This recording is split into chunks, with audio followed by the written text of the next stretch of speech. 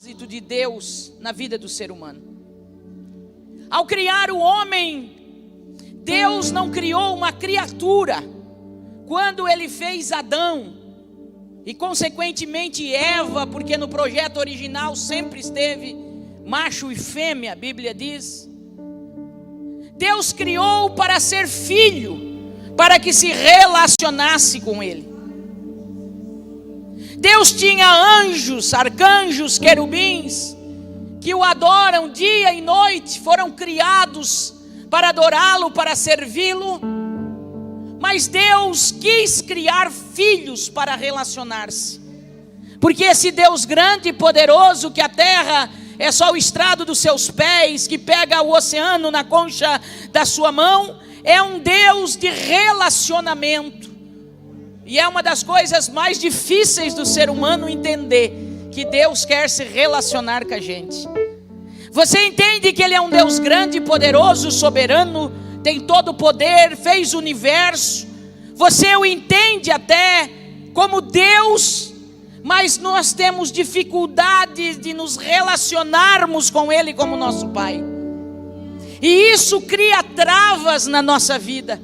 E isso cria barreiras entre nós e o nosso Deus. Mas eu tenho uma palavra para repartir contigo nessa noite, para te lembrar a tua filiação. Você não foi criado para outra coisa maior do que ser filho e filha de Deus nessa terra. E essa é a maior fúria do diabo. Porque ele estava lá, ele era querubim ungido. Ele viu toda a glória que um dia nós vamos ver. Ele o via, ele viu a grandeza, a soberania, o amor do nosso Pai. Ele viu tudo isso. Mas não satisfeito a sua posição, ele comandou a maior rebelião do universo, querendo assentar-se no lugar que não era dele.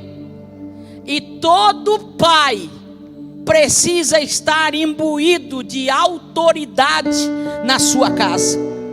E como um Deus que é pai cheio de autoridade, ele levantou-se para colocar Satanás no seu devido lugar. Houve guerra no céu. Ele não saiu de lá porque ele quis, não foi tão fácil assim.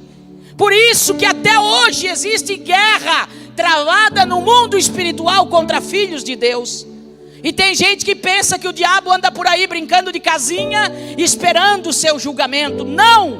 Ele guerreia o tempo inteiro. E a maior guerra de Satanás é arrancar dos filhos de Deus a identidade de filhos e torná-los servos e escravos apenas, sem o sentimento de filho amado do Pai. Não satisfeito, quando Deus cria o homem, quando Deus formata o homem com as suas próprias mãos, tudo Deus deu ordem e pelo poder da sua palavra se fez. Mas o homem é diferente. O homem ele formou, ele deu forma. A Bíblia diz que do pó da terra ele formou o homem. Para começar, quem é que consegue juntar pó?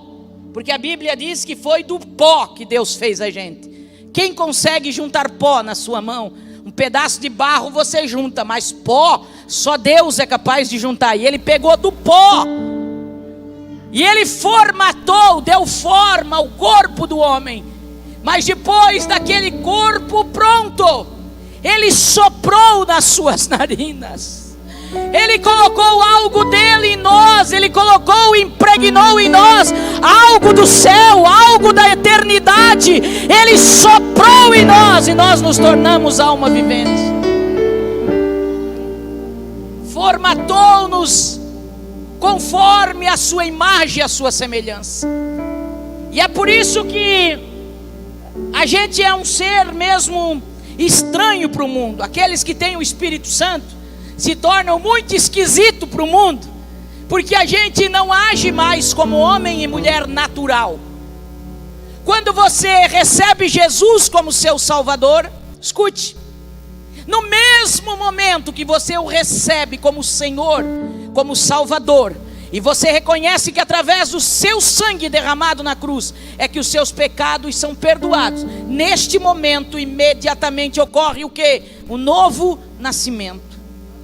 Por quê? Porque lá no Éden, quando Satanás viu um filho e uma filha de Deus, que se relacionava com o seu pai todos os dias, aleluia, na viração do dia o pai vinha conversar com eles. Talvez seja por isso que até hoje a alegria de um pai e de uma mãe é todo dia conversar com um filho e com uma filha, não é? Se a gente fica um dia sem notícia de um filho e de uma filha, a gente já fica preocupado, e não importa a idade que tenha. Uma dica aí para vocês, filhos: semeiem essa honra, porque um dia vocês vão ser pai. Aprenda com o pai. Ele se relacionava e ele vinha todo dia bater um papo com Adão e com Eva. Você imagina a fúria de Satanás, vendo aquela criatura que foi formatada pelas mãos de Deus, ocupando um lugar de destaque na criação.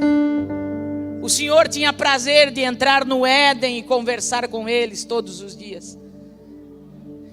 E ele vai lá se meter no plano perfeito de Deus, e ele vai tentar a mulher, consequentemente o homem, e você conhece a história, e eles vão pecar. E a partir do pecado, os olhos deles são abertos para aquilo que não deveriam ver. E agora a identidade de filho é estragada no ser humano. E ao invés de ser filhos, eles passam a ser criaturas de Deus. Mas Deus é tão soberano, onipotente, onisciente, sabe tudo de antemão. E ontem eu falei para vocês que nada pega ele de surpresa. Ele já tinha o plano perfeito de resgate para tornar de novo o homem seu filho e sua filha. Lá no jardim acontece a maior profecia da raça humana. O próprio Deus declarando a sentença sobre Satanás, sobre o homem, sobre a mulher. E ele diz: eu porei inimizade entre ti e o filho da mulher. Tu lhe ferirás o calcanhar, mas ele te ferirá a cabeça. E do filho da mulher, da geração da mulher, virá aquele que vai esmagar a tua cabeça. Naquela época talvez Satanás não entendeu direito o que Deus estava dizendo a ele, porque ele não é onipotente como Deus, ele não é onisciente como Deus. Isso são atributos exclusivos de Deus. Durante todo o Antigo Testamento, talvez, conforme as coisas foram acontecendo, Satanás, inteligente como é, vai arquitetando seus planos e entendendo o que estava acontecendo. Mas ele não fazia ideia, ele só foi fazer ideia completa quando Cristo Jesus chega na terra, para cumprir a maior profecia da terra. Lá no Éden, Deus deu ordens, Deus deu mandamento. Lá eles entenderam já, a Bíblia não dá detalhes, mas podemos observar que eles entenderam que eles precisavam de uma forma de relacionar-se com Deus, porque de lá já começam os sacrifícios envolvendo sangue. Sempre o homem dando alguma coisa para que seus pecados fossem cobertos, para que ele pudesse se relacionar com Deus. O tempo passa e a promessa permanece, e o tempo inteiro Satanás trabalha na raça humana para distanciá-los de Deus como Pai. E o tempo inteiro nós vemos um Deus amoroso que levanta profeta, levanta homens, levanta mulher, sempre com uma mensagem de resgate, sempre com uma mensagem de resgate. Eu quero ser seu Deus, eu quero ser seu Deus. Se vocês me obedecerem, se vocês andarem comigo, eu vou fazer isso, eu vou fazer aquilo. Sempre, sempre, sempre Ele vem em busca do ser humano. Não é o ser humano que vai em busca dele, sempre é Ele que vem atrás da gente. Oh, Churabagai, que Deus mais amoroso é esse. sempre. Porque a senhora diz que Deus criou filhos. Quando você olha para a genealogia de Jesus, e se você quiser, eu amo falar da Bíblia e fazer os crentes ler a Bíblia. Nós precisamos voltar a este hábito tão maravilhoso. E o Rio Grande do Sul teve o príncipe dos pregadores desta geração para mim, pastor Luiz Antônio, homem a quem eu passava 4, 5 horas sentada nos Gideões missionários ouvindo pregar. Vocês têm esse privilégio. E aquele tipo de mensagem precisa ser resgatada nas igrejas. Mensagens bíblicas, cristocêntricas, que fazia o povo ler na Bíblia e se apaixonar por Bíblia. Evangelho de Lucas, capítulo de número 3. Quando você começa a ler sobre a genealogia de Jesus, e ela começa no Evangelho de Lucas, a partir de José, e ela vai da frente para trás. A de Mateus é o contrário, começa de trás para frente. A de Lucas vai e começar de José, dizendo no verso de número 23 do capítulo 3 de Lucas: e Jesus, ele mesmo iniciou em seus quase 30 anos de idade o seu ministério, e se dizia ou se supunha que ele era filho de José, que era filho de Eli, que era filho de Matate, que era filho de Levi, que era filho de Melque, que era filho de Janal, que era filho de José. E aí tem gente que odeia a genealogia, mas as genealogias não estão na Bíblia por acaso. Aí você lê no verso de número 38 do mesmo capítulo 3, o finalzinho da genealogia, que era filho de Enos, que era filho de Sete, que era filho de Adão, que era filho de Deus. Ele criou filhos, não criou criatura, ele criou filhos. Por isso ele repartiu dele com os seus filhos. Por isso o homem e a mulher é diferente de qualquer outro ser existente. Animais não se compara a seres humanos, embora por aí ando chamando, né? Cachorro de filho. Cachorro é cachorro. Você pode amar um animalzinho. Provérbios diz que até o animal do justo é abençoado, é bem tratado, é bem cuidado. Minha filha tem um cachorrinho, coisa mais linda, o nome dele é Romeu. Eu amo muito o Romeu, ele tem um amor incrível, ele é dócil, ele é lindo. Mas ele é um cachorro. A minha filha é a Raquel. Porque eu e você somos filhos. E aqui está a prova de que nós somos filhos dele. E é por isso que o diabo fica doido quando vê um crente que entende a sua identidade de filho. Porque um crente que entende a identidade de filho se relaciona com o pai de outra forma. Tem crente que é bom servo, tem crente que é bom serviçal. E não é para ser, é para ser, claro que é para ser servo, faz parte de um chamado. Quem não aprende a ser servo nunca vai poder liderar, porque ele vai ser insubmisso a vida inteira. Para liderar tem que aprender a ser servo. Mas identidade é de filho, não é de escravo, é de filho. E aí quando a gente entende isso, a gente se relaciona de forma diferente com o pai. O pai sempre puxando a gente para ele, e o homem sempre fugindo dele, até que chega a plenitude dos tempos. Oh, aleluia! E Jesus vai chegar e vai dar o ar da graça por aqui. Aí eu acho que Satanás começou a ligar de fatos, e houve assim uma bagunça no reino espiritual, quando aquele menino está para chegar, porque já o seu nascimento é profetizado. Um anjo desce do céu. Essas coisas não passam despercebida no reino espiritual. Um anjo desce do céu, depois de 400 anos de silêncio de Deus, de Malaquias a Mateus, 400 anos de silêncio. Um anjo, e um anjo poderoso, da alta estirpe celestial, vai rompendo o reino celestial. Demônios começam a olhar onde é que vai. É o mensageiro do poder. Todo-Poderoso, Ele está vindo para a terra, tem algo novo para acontecer, e Ele desce e se dirige a uma mulher, uma virgem,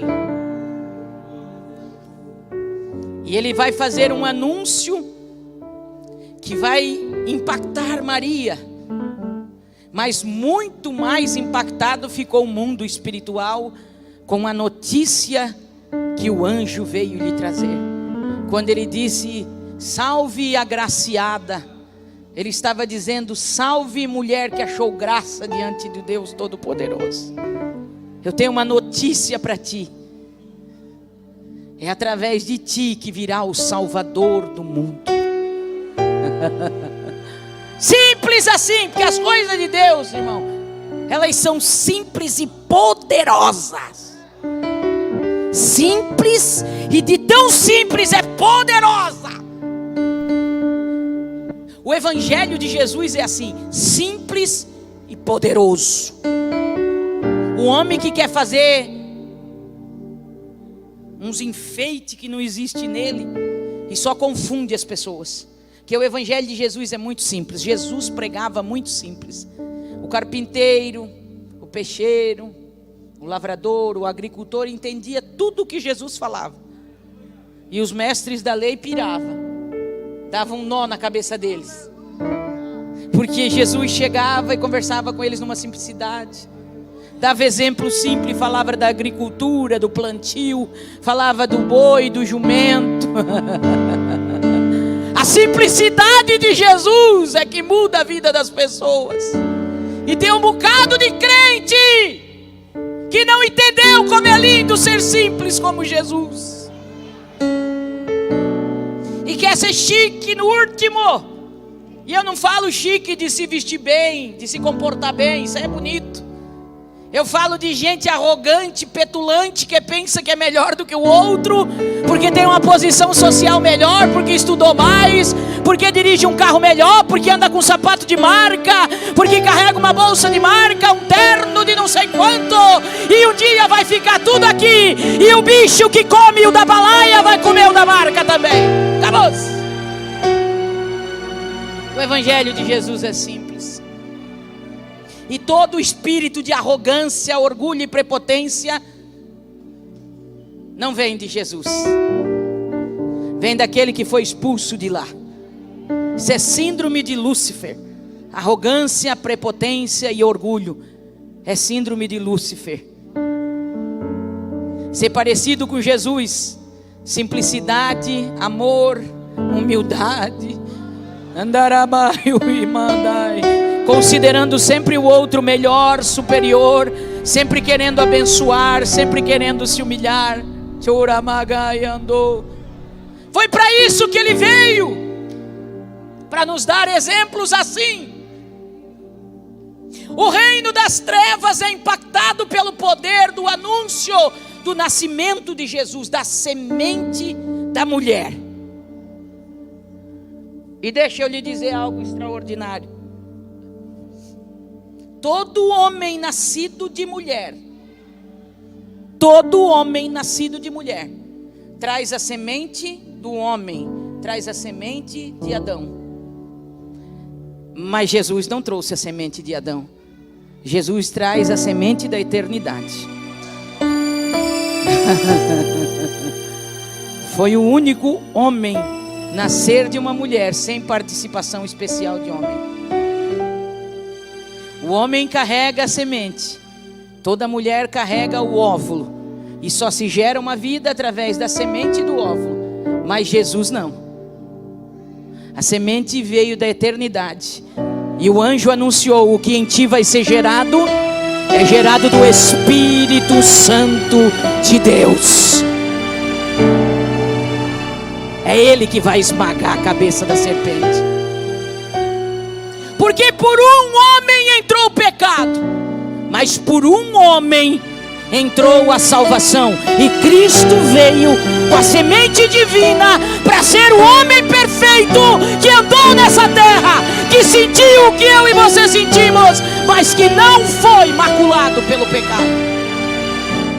O Filho de Deus veio para libertar-nos estigma de criatura e nos tornar filhos de Deus novamente. Oh, aleluia! E Jesus vem para cumprir o seu ministério. E todo o ministério de Jesus, ele sempre aponta para o Pai. Ele aponta para o Pai, ele aponta para o Pai. E ele diz: eu e o Pai somos um. E se vocês estiverem em mim e eu no Pai, vocês são um comigo e com o Pai. O Pai e eu somos um. Vocês precisam ir ao Pai. Vocês precisam conhecer o Pai. Vocês precisam conhecer o Pai. E vocês precisam conhecer o Pai. Até na hora de orar ele ensinou. E a gente lê quantas vezes e não presta atenção. Mas sabe o que o diabo faz? O diabo, ele é muito perito de pegar as coisas lindas que Deus fez e bota uma mentira assim por cima e as pessoas acreditam. Porque a pior mentira é aquela que traz um cunho de verdade junto. Aí existe um paganismo que pegou a oração que Jesus ensinou e fez dela uma reza, uma repetição sem fim. E aí os crentes olham para aqui e dizem: melhor não orar esse negócio aí, porque é lá que ora. Mas está na Bíblia, santo, foi Jesus que ensinou. Ele disse assim: quando vocês orarem, ele não mandou orar exatas palavras, ele deu um exemplo de oração. Mas ele disse assim: quando vocês orarem, vocês dirão assim: Pai nosso, que estais no céu. Você está vendo a oração como ela começa diferente? Quando você entende que você é filho e você já começa dizendo: meu Pai, já arrepia o capiroto do pé à cabeça. Meu Pai, aqui estou eu sou teu filho. Eu amo começar minhas orações assim: meu Paizinho, tem misericórdia de mim porque eu pequei, mas me lava com o teu sangue do teu filho Jesus, e não me tira o direito de ser tua filha, porque tu é o meu Pai. Meu Pai. É sempre o Pai que Jesus se refere. Todo o ministério de Jesus é pautado no Pai. Todas as vezes que ele ora, ele diz: Pai, graças te dou. Pai, eu te agradeço. Toda a oração para a ressurreição: Pai, graças te dou. A oração para a multiplicação: Pai, graças te dou. Irmão, o que ele estava ensinando para nós que nós não conseguimos entender? Que nós temos um Pai. E que esse Pai é extraordinariamente poderoso, amoroso. Mas olha o que o diabo faz. Quando Deus cria a família, Deus dá ao homem, o papel de representá-lo na vida dos filhos. É para o homem que Deus deu. E é por isso que a gente chama o nosso pai da terra de pai. Você entende? Como o diabo bagunça as coisas para afastar o ser humano de Deus. Deus dá ao homem, o papel de representá-lo na vida dos seus filhos. É o pai que deve dar proteção, provisão e destino para os seus filhos, orientar seus filhos. É o pai que deve ensinar o caminho de Deus aos seus filhos. E a mãe representa o papel do amor de Deus, do cuidado de Deus, da compaixão de Deus. E quando marido e mulher entendem isso, os filhos são muito abençoados, mas muito abençoados.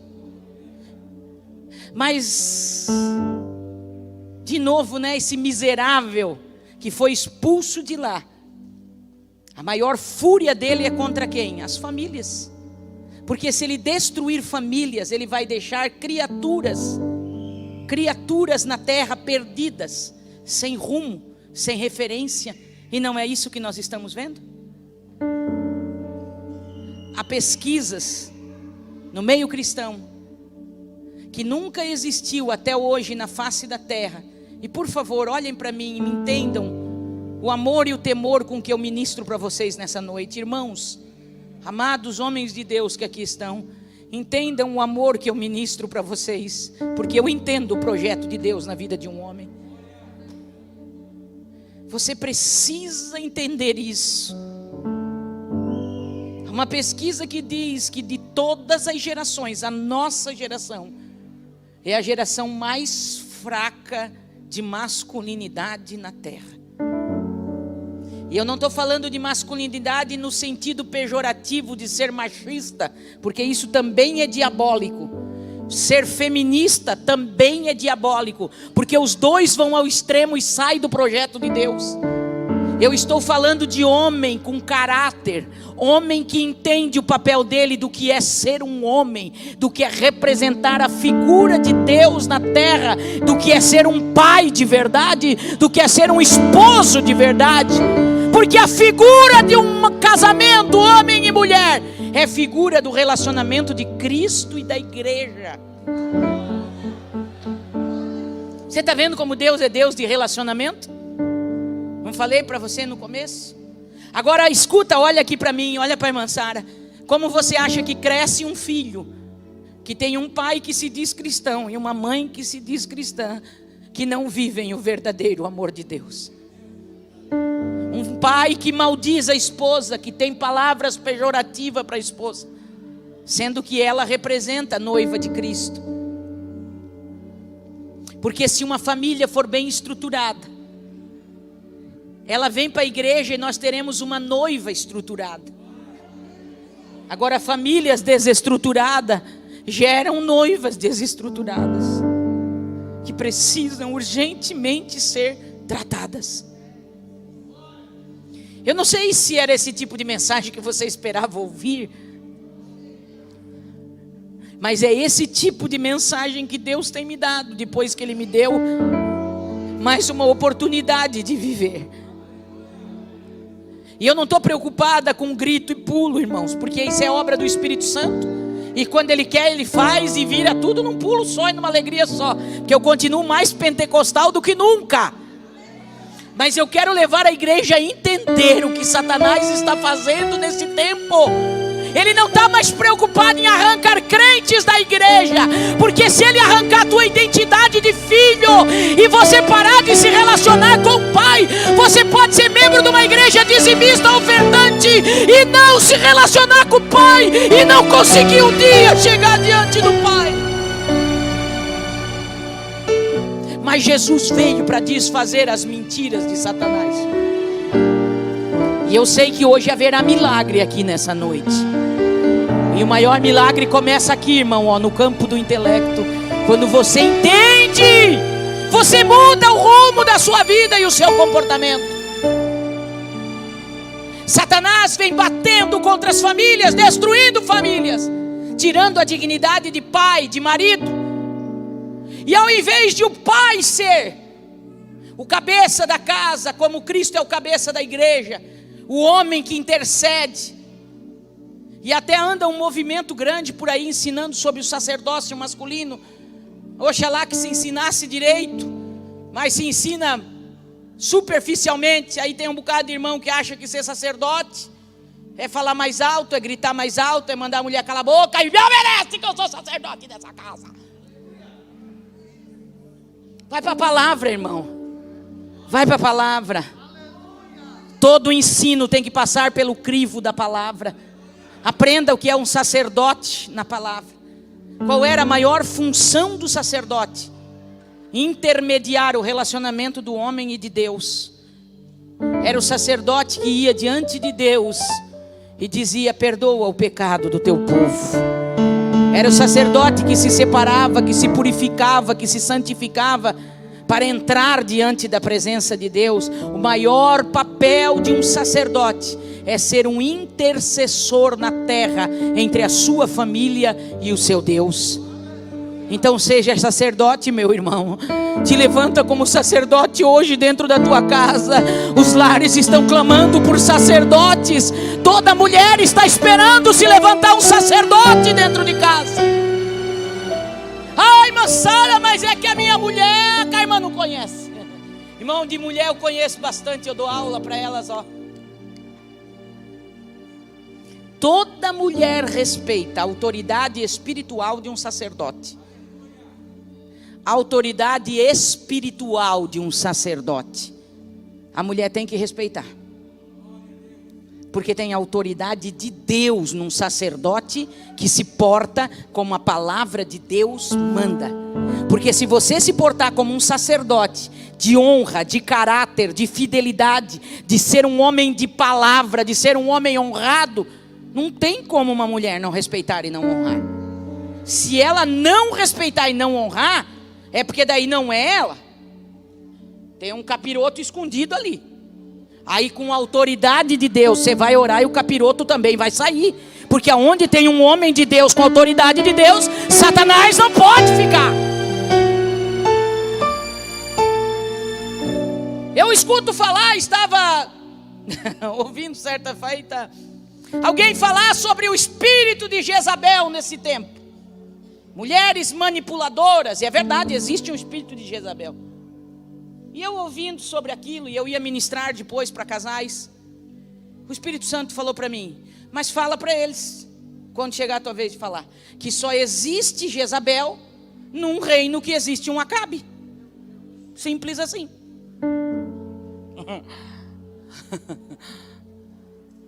Quem era Acabe? Um frouxo. Me perdoe, mas eu não tenho outra palavra para dizer, um frouxo. É só você olhar o comportamento de Acabe, irmão. Ele agia igual menino. Ele não era um homem, ele era um menino, manhoso ainda. Quando ele se invoca com a vinha do irmão Nabote, Nabote era macho, era homem de Deus. Tinha caráter, tinha postura. Ele vai lá e diz, gostei da tua vinha, negocia lá comigo. Ele era rei, tinha dinheiro. E me dá outra, eu te dou outra melhor, e eu te dou o que tu quiser. E o Nabote tem caráter. Ele disse, não, essa vinha era do meu pai. Não dou, não troco e não vendo. Isso é homem. Isso é homem de caráter. Posicionamento na hora certa. Aí o que o Acabe faz? Vai para casa igual um menino manhoso, birrento. Vai para casa, deita na cama e não come. Vai fazer greve de fome, miserável desse. Aí lá vai a Jezabel, que o marido é um frouxo, está lá na cama, deitado, chorando. E ela diz, o que tu tem, porventura não és rei? E o que ele diz? Eu queria a vinha de Nabote, mas ele não me deu, e eu queria a vinha dele.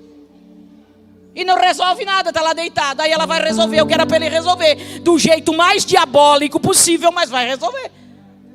E ela diz, levanta-te, lava teu rosto, come, porque ainda hoje essa vinha vai ser tua. E da forma mais manipuladora e diabólica possível, ela vai tirar a vinha de Nabote e vai dar para Acabe. Você entendeu? Só se cria uma Jezabel onde tem um Acabe. Porque na casa que tem um homem de Deus, aquela casa representa um pedaço do céu na terra. E essa casa vai criar filhos saudáveis que vão crescer com identidade de filho de Deus. Então, em nome de Jesus, irmão que me ouve nessa noite, Andaramasoriai, estenda-se uma mão assim para frente, só os irmãos, só os homens de Deus que estão nesse lugar. E me permita nessa noite ser instrumento de Deus sobre a tua vida, para te dizer, recebe de novo a autoridade que Deus te deu como marido, como homem, como sacerdote na tua casa. Seja imbuído nessa noite de autoridade espiritual para representar a figura de Deus dentro da tua casa e nessa sociedade.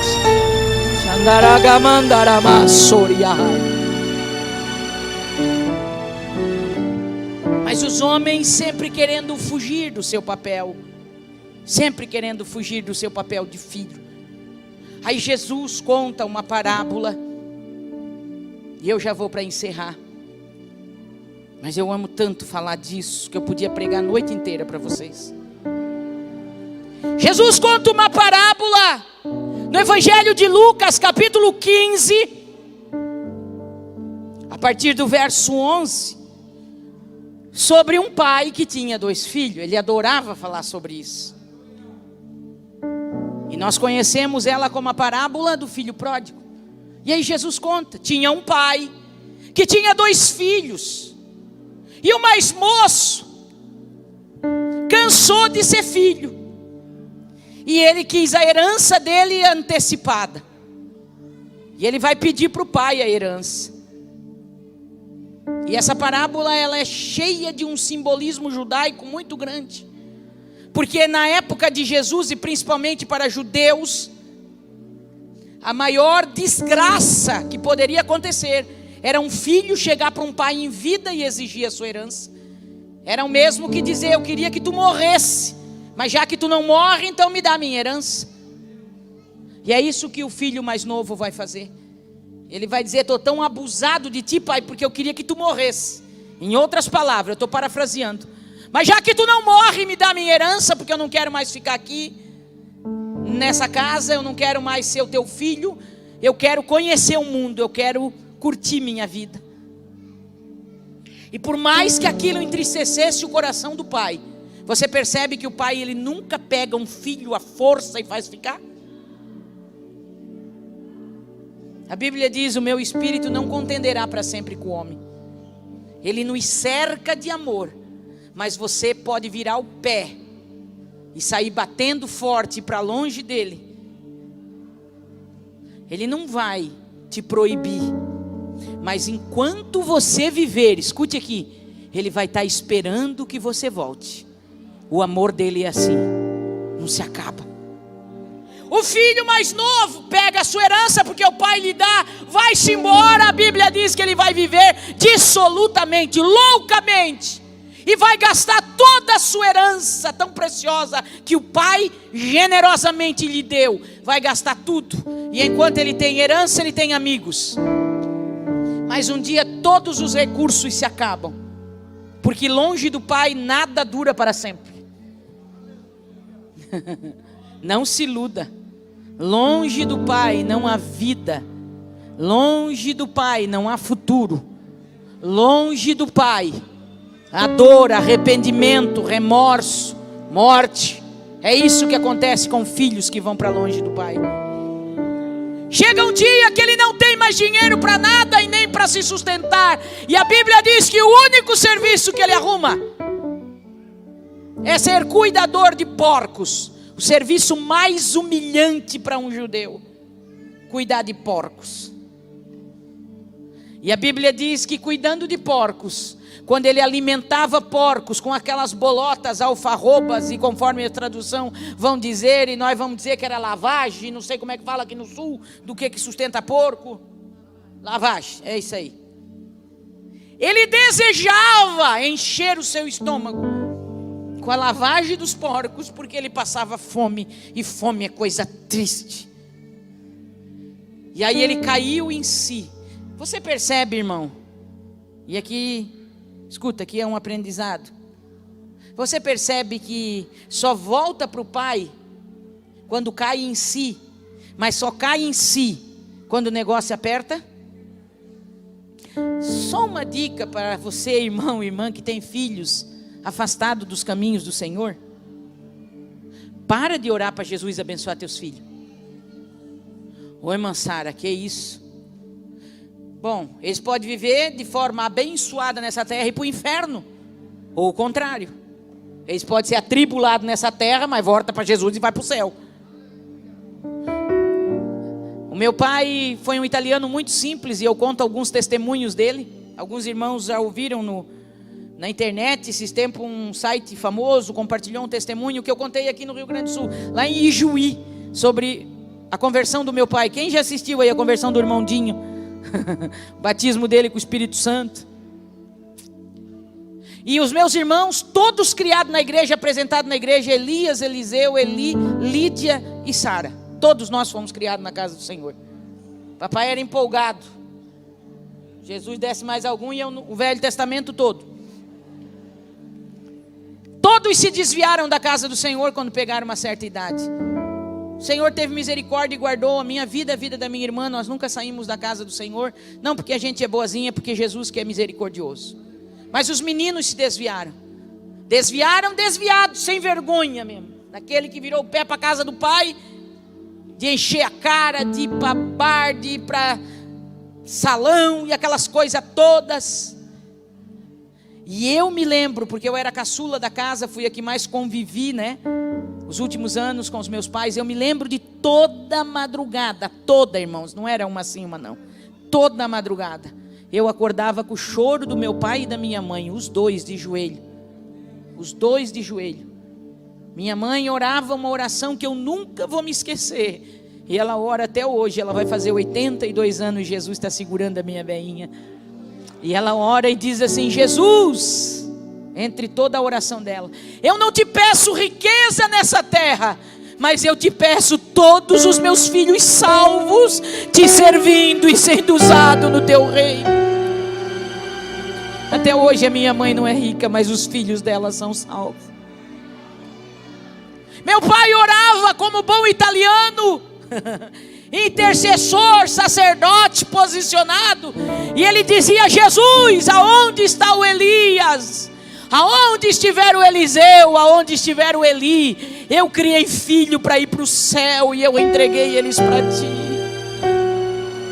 Vai lá, meu querido Espírito Santo, e tira a paz deles, tira a alegria deles, tira deles o sono.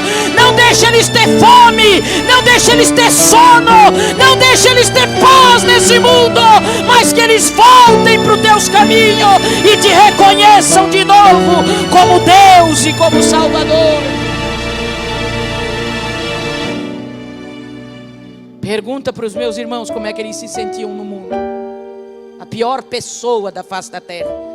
Eles não tinham paz para nada. Meu irmão, depois que reconciliou, dizia: meu Deus, eu entrava dentro de um salão, eu começava a beber e na minha cabeça tinha uma ideia repetida: daqui a pouco vai sair uma briga, vão dar um tiro e é tu que vai morrer, porque o diabo vai te matar, o teu lugar não é aqui. Eu começava a dançar para ver se esquecia, mas algo dizia na minha cabeça: daqui a pouco a trombeta pode tocar, e se ela tocar tu vai para o inferno, porque o teu lugar não é aqui, volta para casa. Eu ia fazer isso e uma voz dizia: tu não nasceu para isso, o teu pai te criou nos caminhos do Senhor, ele te consagrou a Deus e aqui não é o teu lugar, volta para casa.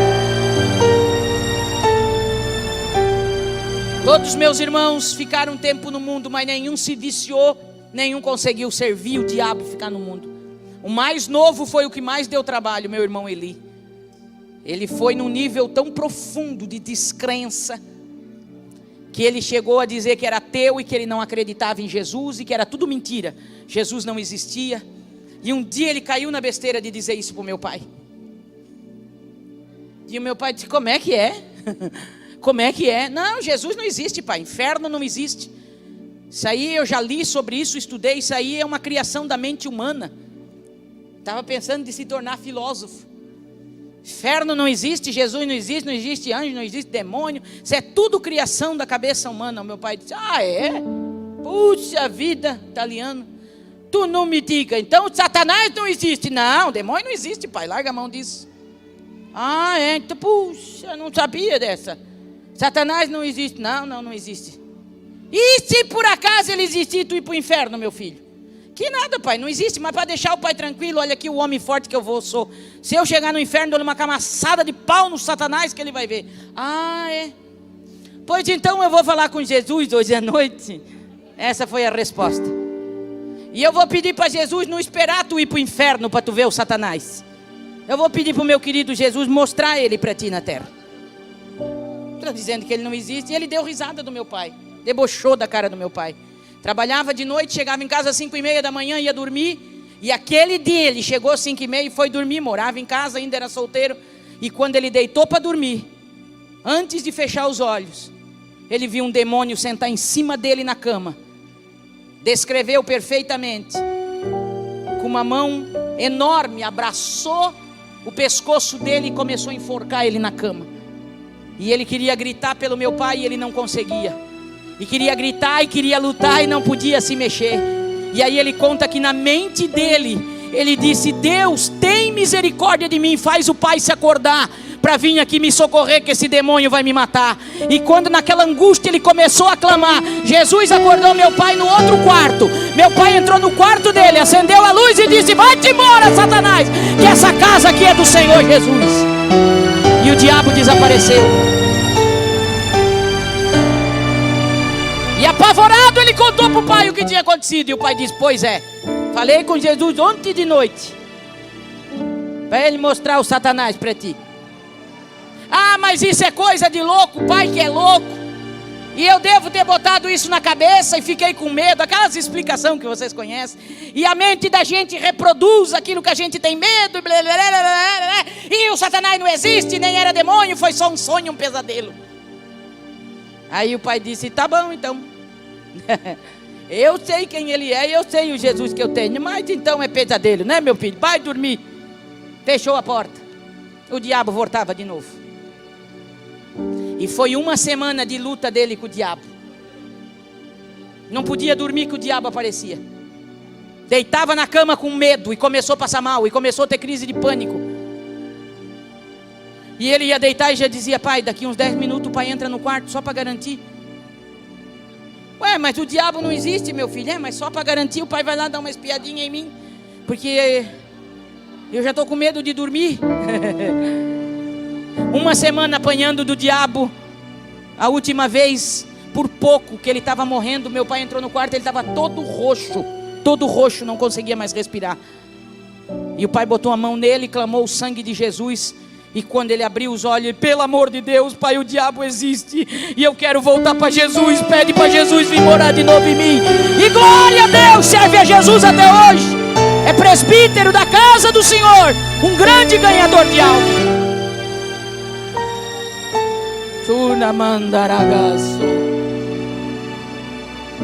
Assim foi o filho pródigo. Um dia caiu a ficha de que o lugar dele não era ser tratador de porco. Ele tinha um pai e um pai que esperava por ele.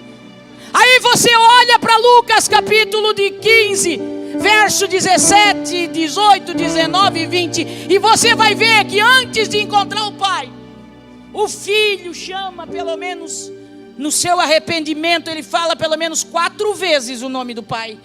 E ele diz, caindo em si, ele disse, quantos trabalhadores do meu pai têm pão em abundância, e eu aqui pereço de fome.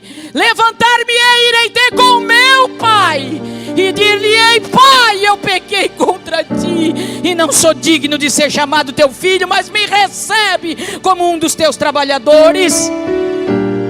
E planejando assim, ele levantou e foi ao encontro do pai. Ele era um tratador de porco, mas que não tinha perdido a identidade de filho. Ele sabia que ele era filho. E quando ele chega na sua cidade, a Bíblia diz que o pai o esperava, porque é o pai que vai ao encontro dele, nem é ele que consegue chegar no pai. E se o pai vê ele primeiro, é porque o pai estava esperando.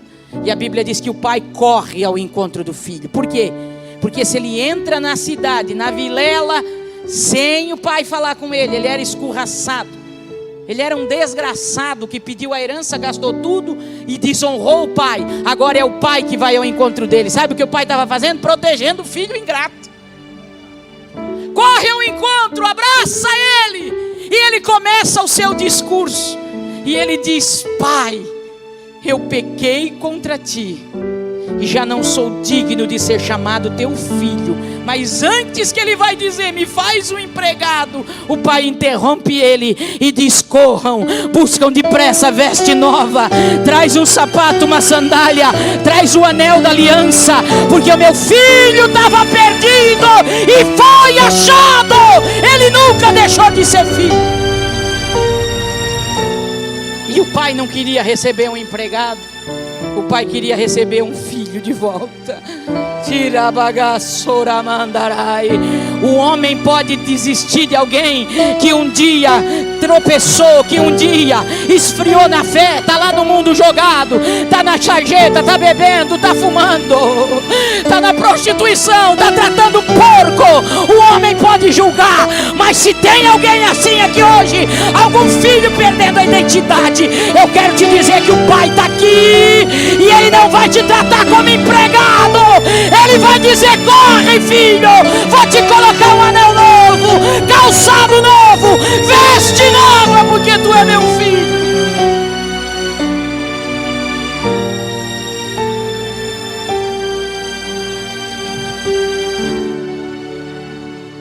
Traz o novilho cevado, vamos fazer uma festa, que o meu filho voltou para casa. Aí tem o outro filho, que nunca saiu de casa, e é aqui que eu encerro a mensagem, mas nunca foi filho, sempre se sentiu um escravo, sempre foi um filho bastardo, mesmo morando dentro da casa do pai.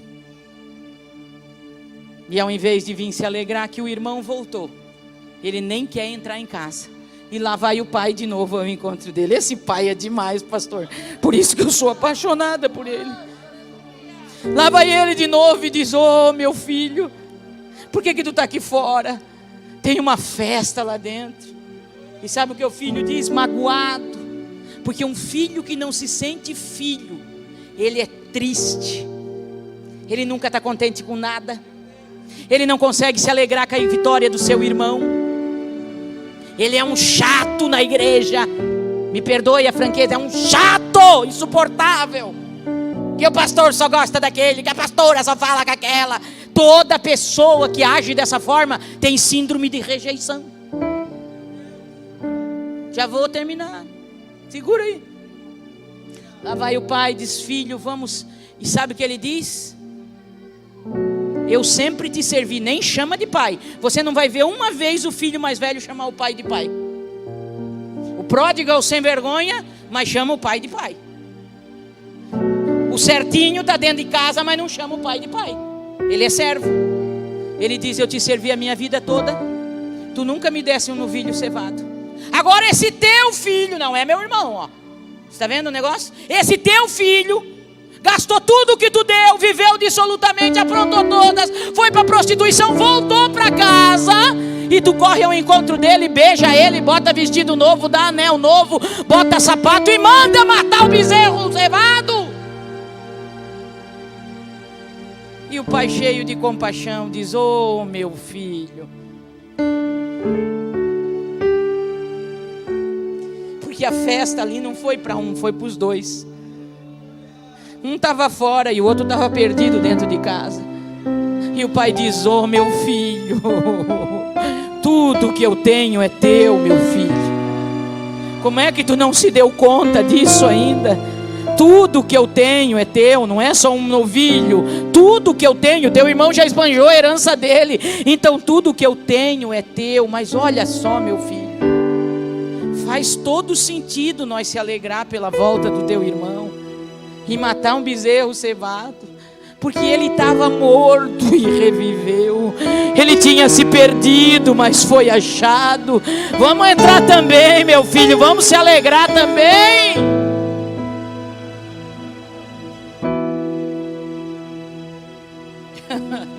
Jesus vai libertar a mentalidade aqui nessa noite.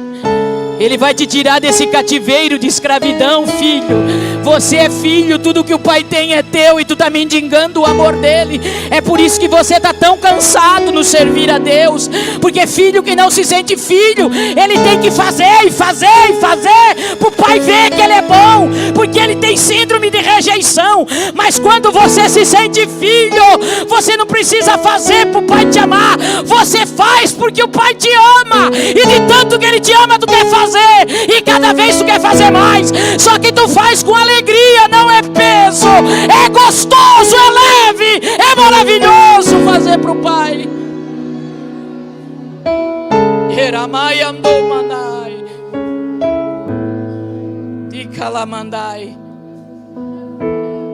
Jesus veio na plenitude dos tempos para tirar o DNA de criatura e de escravo que o pecado impregnou em nós, e nos devolver a autoridade de ser filhos. E você leu comigo que o evangelista João escreveu: mas a todos quantos o receberam, é de graça, é presente.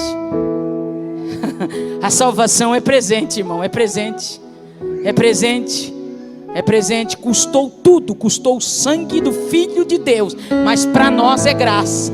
Para ele foi tudo, ele deu o melhor que ele tinha, o seu filho unigênito, para ser esmagado, moído, e o seu sangue escorreu. Mas para você é de graça, para mim é de graça, para nós é de graça. Então para de se sentir escravo, para de te sentir escravo. Tu é filha, tu é filho. A todos quanto receberam, deu-lhes o direito de serem filhos de Deus, todos aqueles que crêem no seu nome.